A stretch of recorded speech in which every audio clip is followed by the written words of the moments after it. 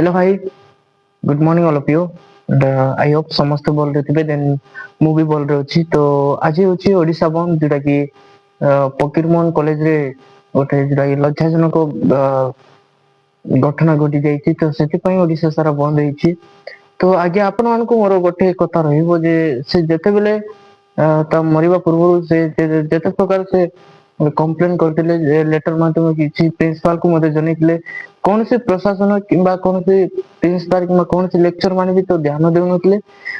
ଏବେ ଦେଖିପାରୁଥିବେ ସେ ଯେତେବେଳେ ଦେହାନ୍ତ ହେଇଛନ୍ତି, ସେ ଯେତେବେଳେ ମାନେ ଆର ପାରିକି ଚାଲି ଯାଇଛନ୍ତି, ତ ଏବେ ଅନେକ ସାମ୍ବାଦିକ, ଅନେକ ପ୍ରଶାସନ, ଅନେକ ଓଡିଶା ସାରା ବନ୍ଦ କଲେ କାହିଁକି?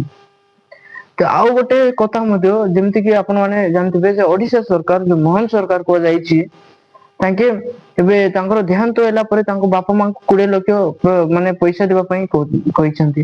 20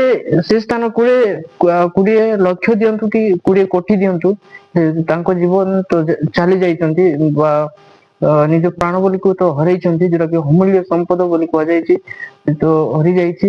ହେଲେ ଆପଣ ମାନେ 20 ଲକ୍ଷ ଦିଅନ୍ତୁ କି 30 କୋଟି ଦିଅନ୍ତୁ, ତାହେଲେ ସେଇ ବେଲୁ ଆଉ କିଛି ନୁହେଁ। ତ ସେ ମାନେ ଯେତେବେଳେ ସେ କମ୍ପ୍ଲେନ କରିଥିଲେ, ତ ସେଇଟାକୁ ତ ପୂରଣ କରିଥାନ୍ତେ।